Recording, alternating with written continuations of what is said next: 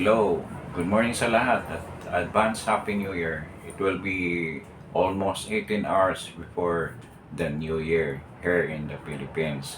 At Happy New Year sa lahat. Kung saan man kayo sa mundo, you're listening outside of the Philippines.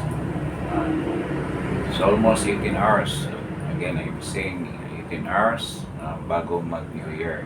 And here in the Philippines, the New Year day is the most celebrated day in a year, and it is also true to almost all places in the world dahil sinasalubong natin ang bagong taon with hope na maayos ang buhay natin at masaya tayo together with our family. But despite what's happening in the Philippines right now, lahat ay masayang kasalubungin ang bagong taon. Ngayon, we will be talking about the budget. By the way, this is Justin Talk News PH. For anything else, dito ho sa Justin Talk News PH, we discuss, we make reactions, we give our views on recent events, topics that is circulating in our country, in the Philippines, especially in the political situation na nangyayari at affecting the lives of a lot of Filipino people, not only here in the Philippines but throughout the world. This day nga, as we all know, if you have not known yet, kahapon, I think it's almost 18 hours then ago, PBBM signed the budget for 2025.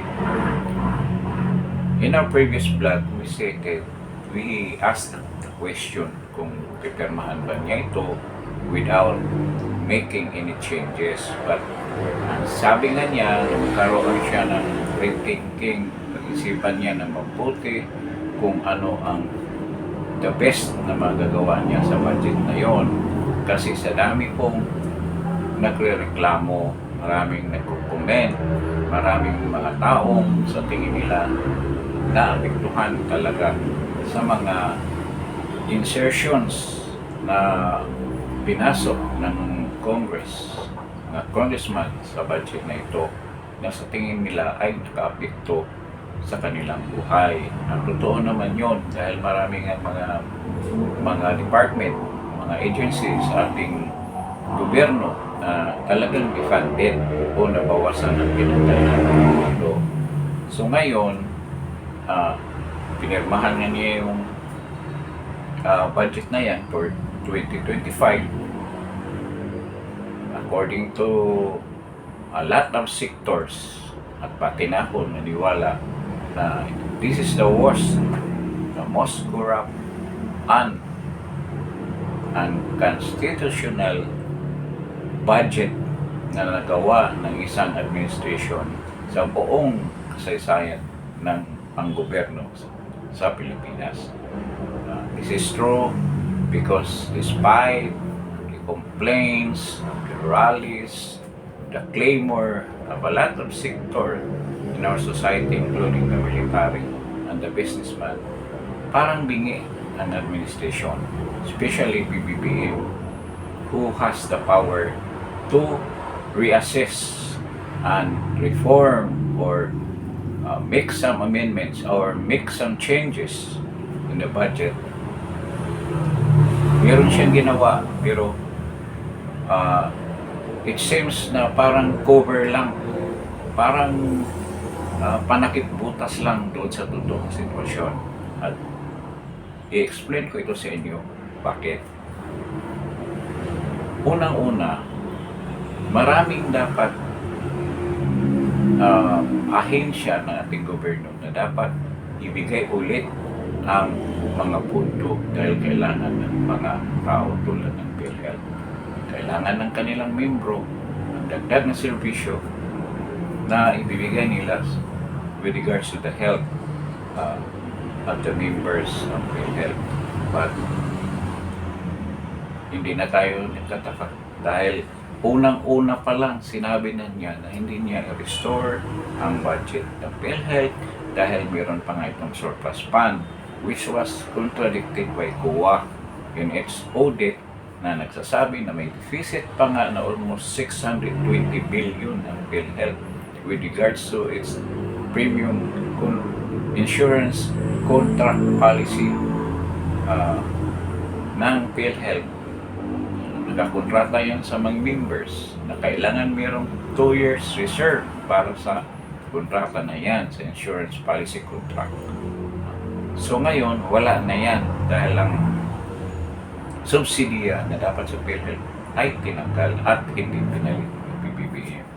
At maraming mga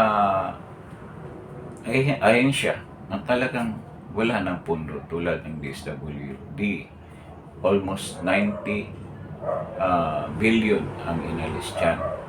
Doon sa sinabi ng speech ni PBBM during designing of the 2025 budget, he stated boldly, at for me, it's quite ironic na sasabihin mo na we should not think about our present problems right now. We should think about the future of our country, of our people, the benefit that siguro ang ibig niya sabihin, ang mga benepisyo, the benefits the people will get on this budget in the future. Why we should talk about the future now? If we have problems that are existing right now and people are suffering with this problem. Why we are not going to solve all this problem today? But kailangan pa natin isipin ang future when we are now suffering all these ills dahil sa inefficiency ng ating government, especially with regards to the budget. So, nakapagtataka yung speech niya. Kung sino man sumulat nyo, hindi nag-iisip na mabuti na meron tayong problema right now with the inflation, with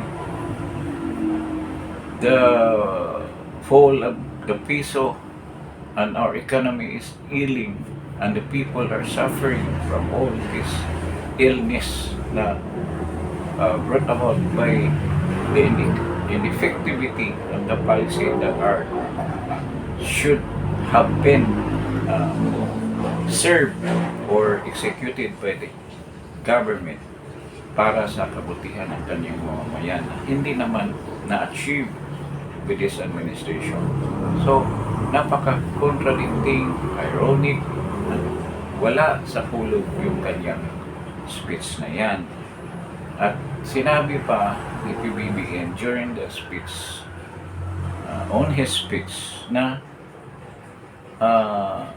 yung question of constitutionality about the budget with regards to the budget of the DPWH versus the budget of DP has been resolved dahil na nag-issue siya ng umirma siya ng line item dito sa DPWH. Binawasan niya ng 26 billion.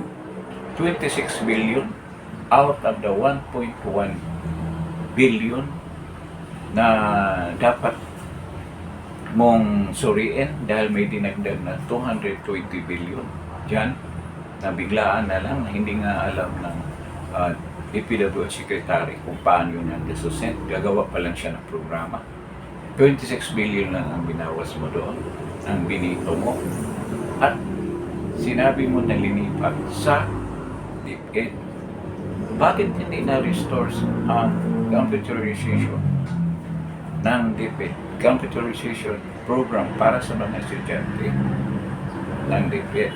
So ngayon, hindi na magagawa yan ang ahensyang yan dahil binawas, hindi mo nga pinalik yung budget na yan. So kung nang sinabi ng DBM Pangandaman na hindi na raw unconstitutional dahil na mataas na ang budget ng ng DepEd compared with DPWH dahil daw ang DepEd ay mayroon ng 1.53 billion budget as of right now. Then ang DPWH mayroon ng 1 billion.036.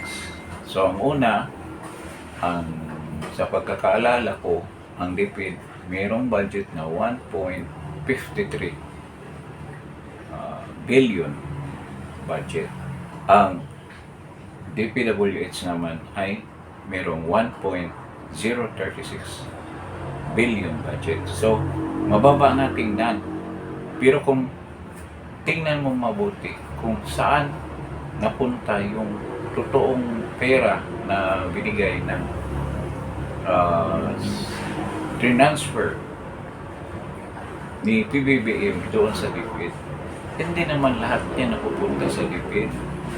TISDA at saka yung CHED, which are the departments that are concerned about the basic education of the students, of the children we are offering by the government. Hindi naman napunta doon kasi sinama nila yung other agencies na hindi naman dapat isama tulad ng Philippine Military Academy. Ang funding noon, sinama nila dyan, kaya lumaki yung DepEd. Pero sa totoo, kasama rin doon ng Philippine Science High School system na hindi naman dapat daw isama yan doon sa total package na dapat binigay doon sa DepEd. Dapat CHED lang,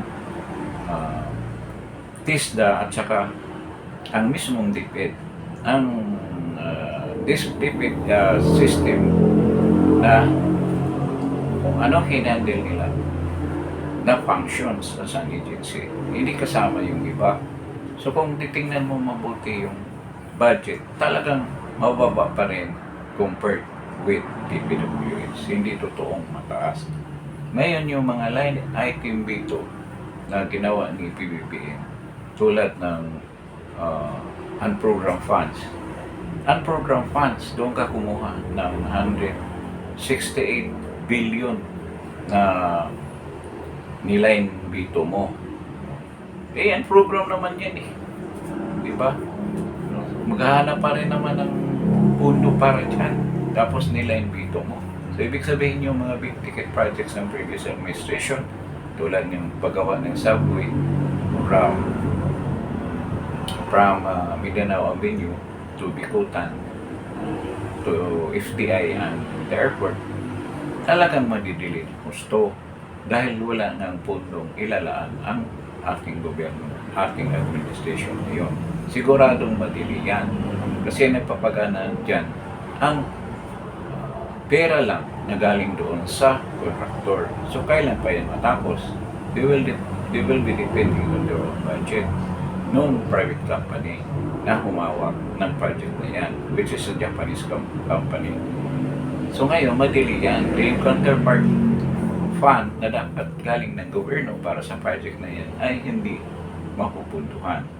So meaning, madili na husto yung project na yan. So, ganyan ka-deceiving ang sinabi nila. But a lot of sectors, mostly civic organizations and mga concerned citizens are filing charges in the Supreme Court with regards to the unconstitutionality of this budget. Hindi mapipigilan yan. At sa tingin ko, hindi lang isa, dalawa, tatlong organization, but a lot of organization will be filing cases in the Supreme Court to demand the illegality of the past 2025 budget of PBBM administration. So, nakikita natin kung gaano ka, shall we say, insensitive ang ating Pangulo with regards to sa mga totoong pangangailangan ng ating mamamayan tulad ng health issues doon sa tawag nating DSWD In fact, 50 billion ang inalis nila doon sa purpose. Yung mga uh, people that have undergone purpose na tumatanggap ng benefits o tulong galing sa purpose. Yung ibang na nakagraduate na, sabi with the guidelines of the purpose program, na sila ay hindi na kailangan tulungan pa kasi economically na sila emancipated, o ibig sabihin okay na yung buhay nila with regards to the financial status, pero bibigyan pa rin sila ng mga programa or tulong para patuloy nila maitaguyod ang kanilang pamumuhay, tulad ng mga livelihood projects na ibibigay ng DSWD sa pamamagitan ng purpose. Pero ang nangyari, inalis nga yung punto na yan.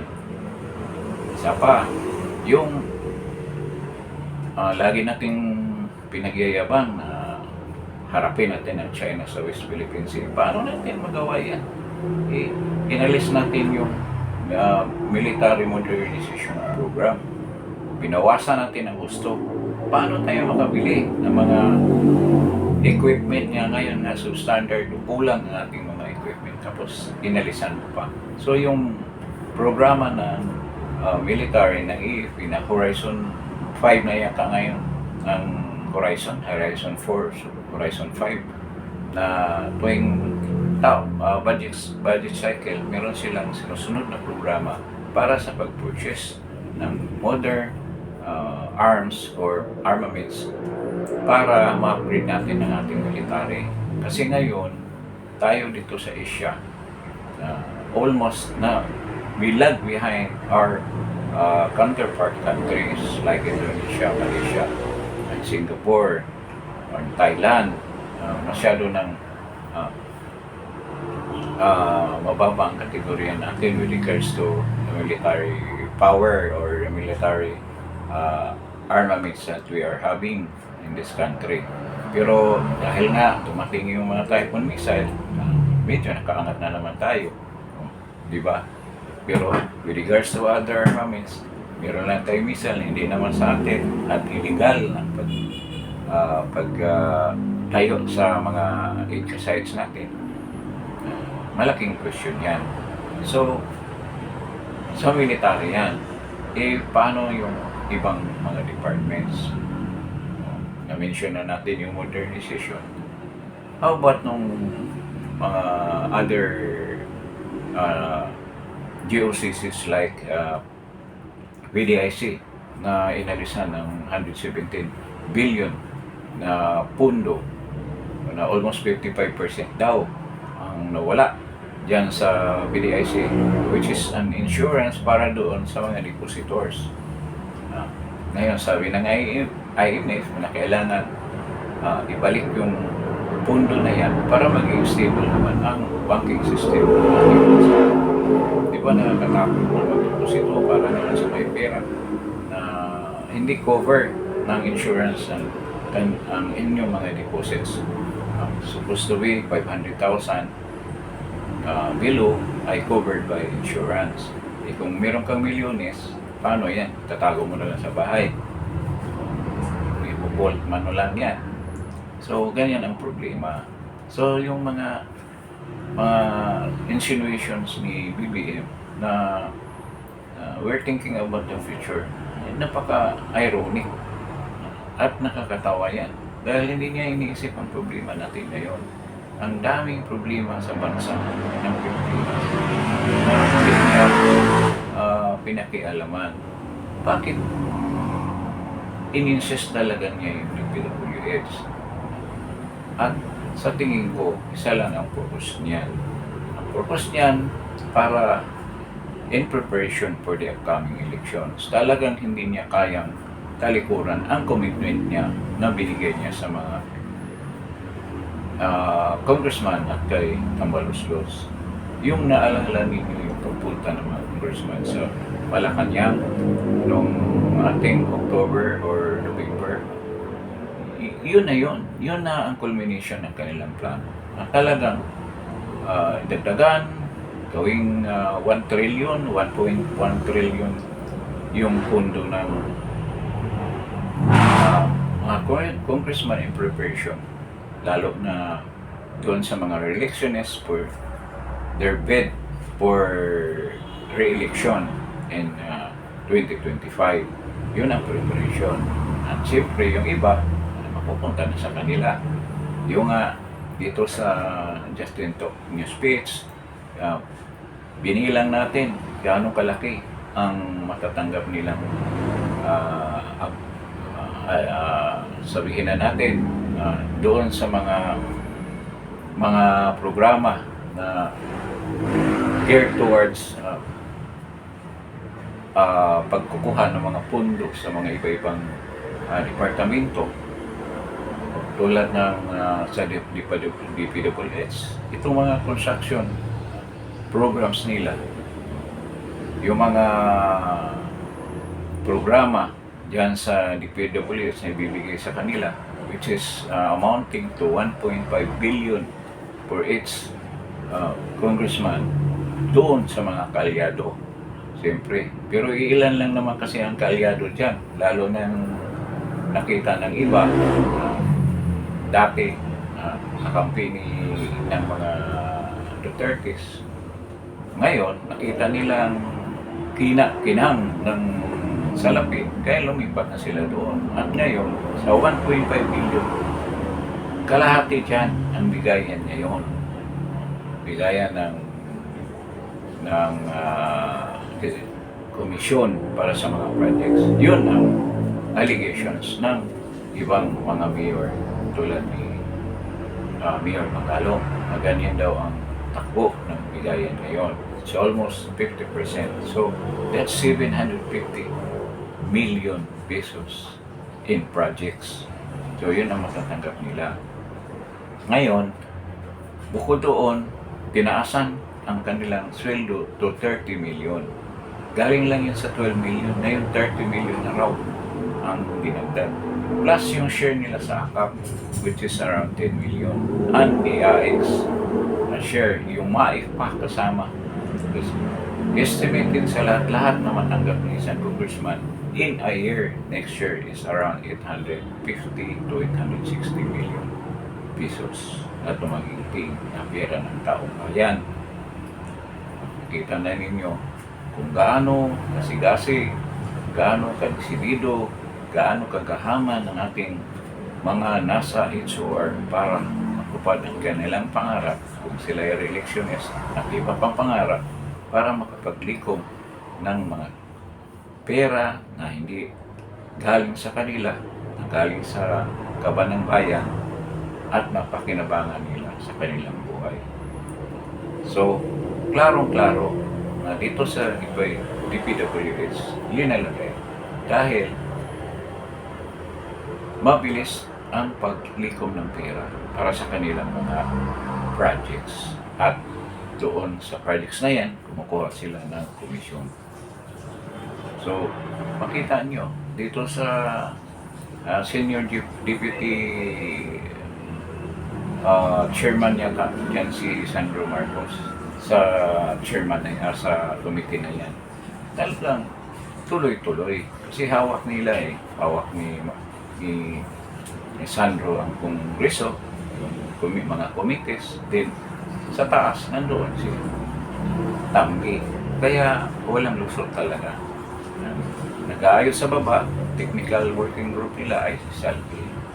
So, from Saldi to Sandro to Tamgi. So yan ang nangyari. Kaya pinasa nila kay PBBM for signing na at ma-execute ng mga plano nila. With regards to AKAP, sabi ni Pangandaman, kailangan daw may guidelines kung paano, sinong bibigyan o paano ibibigay yung ayuda na yan. Just to think about that. Isipin mo, ngayon ka magbibigay ng pundo, ngayon mo palang alamin kung paano mo ibibigay, kung sinong bibigyan mo. Kasi ang sinunod nilang guidelines dati sa pagbigay ng ayuda sa AKAP ay ang purpose. Ay hindi naman pareho ang bibigyan sa economic category or category ng status ng pinansyal ng isang tao. Hindi naman maibase from purpose to AKAP kasi ang AKAP yung mga taong may trabaho or may negosyo na kulang ang kanilang kinikita o ang kanilang pundo kayo binibigyan ng ayuda. Yung mga napakahabang speech ni Amy Marcos doon sa bicameral, ano nangyari? Sinunod pa? Hindi sinunod dahil tuloy-tuloy pa rin ang AKAP. That's around 26 billion na map. Ang iba dyan ay meron ng share bawat isang congressman. Kasi ang idea dyan, ang magbibigyan yung mga congressman at sino bang nakalista dyan sa mga AKAP. Kung hindi ba mga kamag-anak ng mga barangay captain, mga kilala ng barangay captain, yung mga kapartido, yung mga supporters ng barangay captain, yun lang ang may bibigyan. Kayo, nabigyan na ba kayo? Or kung wala kayong kakilala dyan sa barangay, hindi kayo mabibigyan yan dahil pinipili lang nila dyan para sa purpose ng eleksyon. That's campaigning na already. So, meron nagsabi na baka daw maibigay yung AKAP after election. Hindi mangyari yan. Kaya nga, in-issue yung budget na yan para sa ganyang purpose. So, malabong before election yan. After election yan ibibigay. But before sa election na mangyari ngayon, 2025 May, maibibigay yan para simple vote buying yan. Ganyan lang kasimple yan. So, I hope mga Pilipino na makatanggap, meron naman kayong sariling desisyon kung anong gagawin nyo. Pwede nyo tanggapin yung pera na yan. Pero sa puso ninyo kung sino talagang karapat-dapat nating iboto, yun ang dapat nyong iboto. Ilagay nyo sa mga balutan nyo.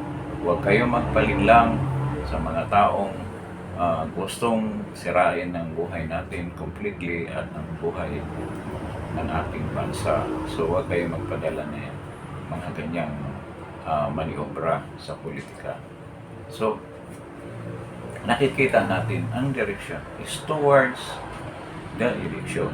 Kasi ito lang ang mag-propel ni Tambaluslos for the next years ng kanilang pagsisikap o panlilang sa mga tao para siya ay makatakbo na presidente sa 2028 or palitan nila yung konstitusyon natin at i-emphasize nila yung term extension ng mga kongresista at pwedeng magiging parliamentary form of government tayo.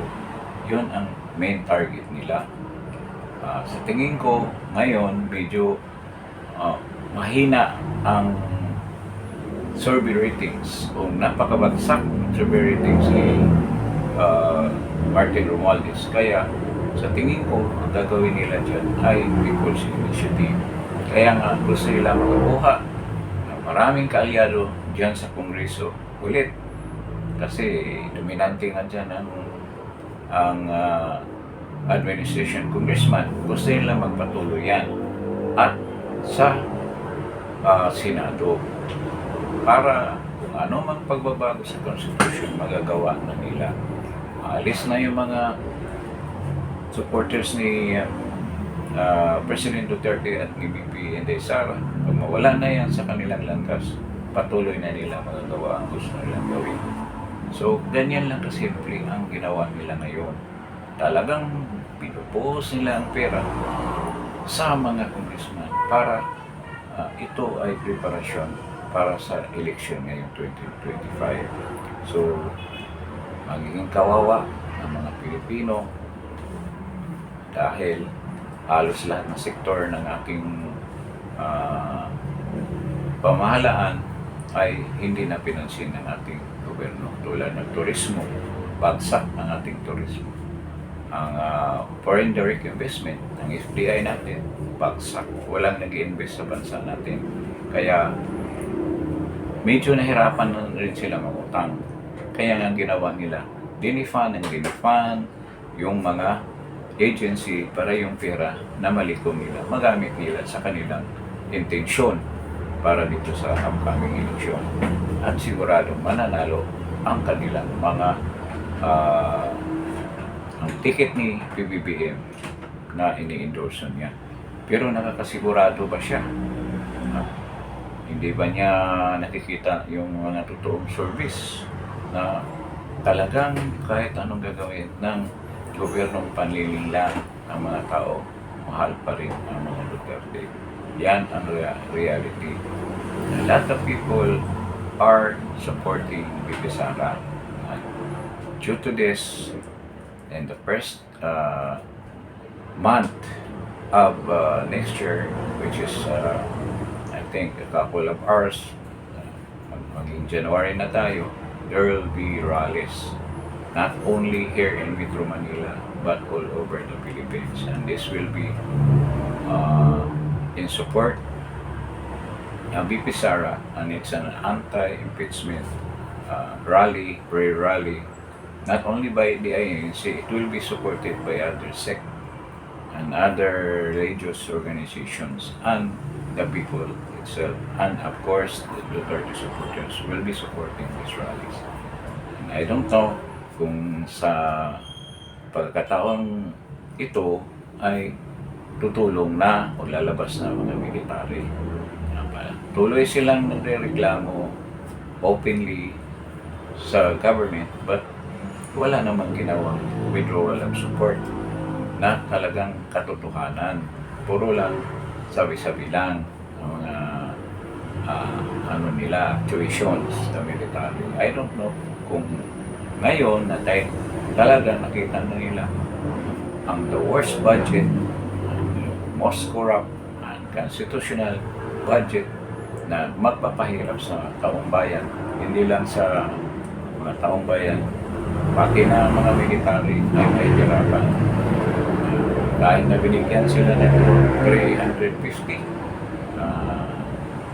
subsidya sa kanilang susystem allowance, hindi naman binigay sa kanila ang modernization project at binawasan pa yung mga pension, budget ng pension, inalis pa around 15 million. So ganyan ka sabihin na natin, karapal ng government na to. Pinag-iayabang natin kalabanin natin ang China. Paano natin makalaban yan kung ganyan lang ang mga armas natin?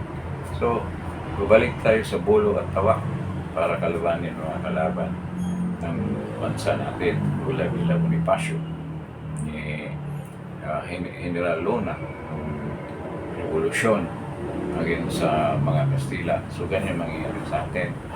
So, kung sa ating magiging malakas ang ating armed forces at world class, bigyan natin ng tamang budget para mag-modernize naman yan. So, yung mga militar natin, sa totoo lang,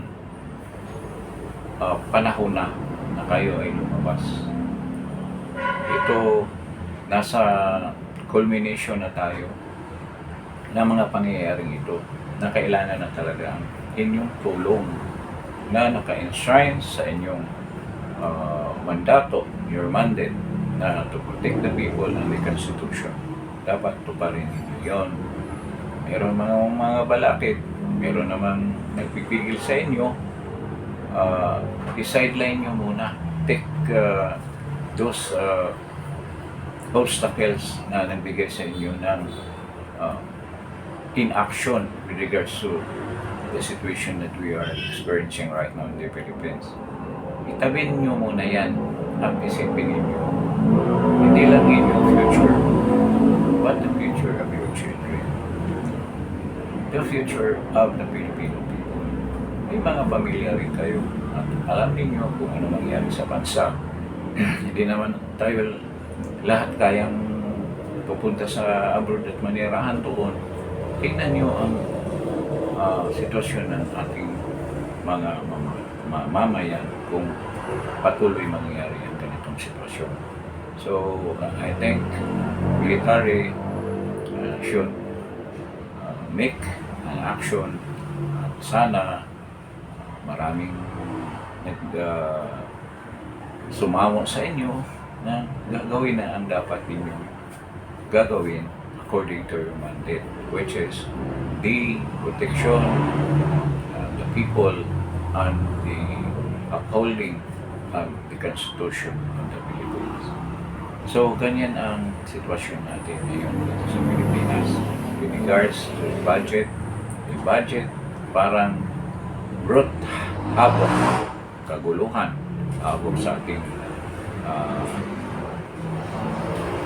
bansa. With our frail and beleaguered people na nasadlak na sa sobrang kahirapan ay nabaliwala sa administrasyon ito. I don't know kung anong gagawin sunod ng government with the suffering ng mga Pilipino with regards to the inflation, to the economic status, yung mga injustice pa, yung mga right of the people for a free speech, medyo kailangan yung preso dahil maraming vloggers ang kapatawag. Hindi naman ako tapat yan. Sino ba naman ako? Ilan pa lang subscriber ko. Ang liit ko pang vlogger. Hindi naman ako napapansin. Dito wala naman ganong nakikinig. So, sa akin lang, para may voice out ko, anong naramdaman ko rin as a Pilipino. Regardless man, mayroong makinig. Hindi ba voice out ko yan? Para naman malaman ng ibang tao na nakikinig din sa akin. Kahit ba may isa-isa o dalawa-dalawa, okay lang. Basta maipahayag natin ang ating opinion, ang ating reaksyon, ating view with regards to the matter at hand.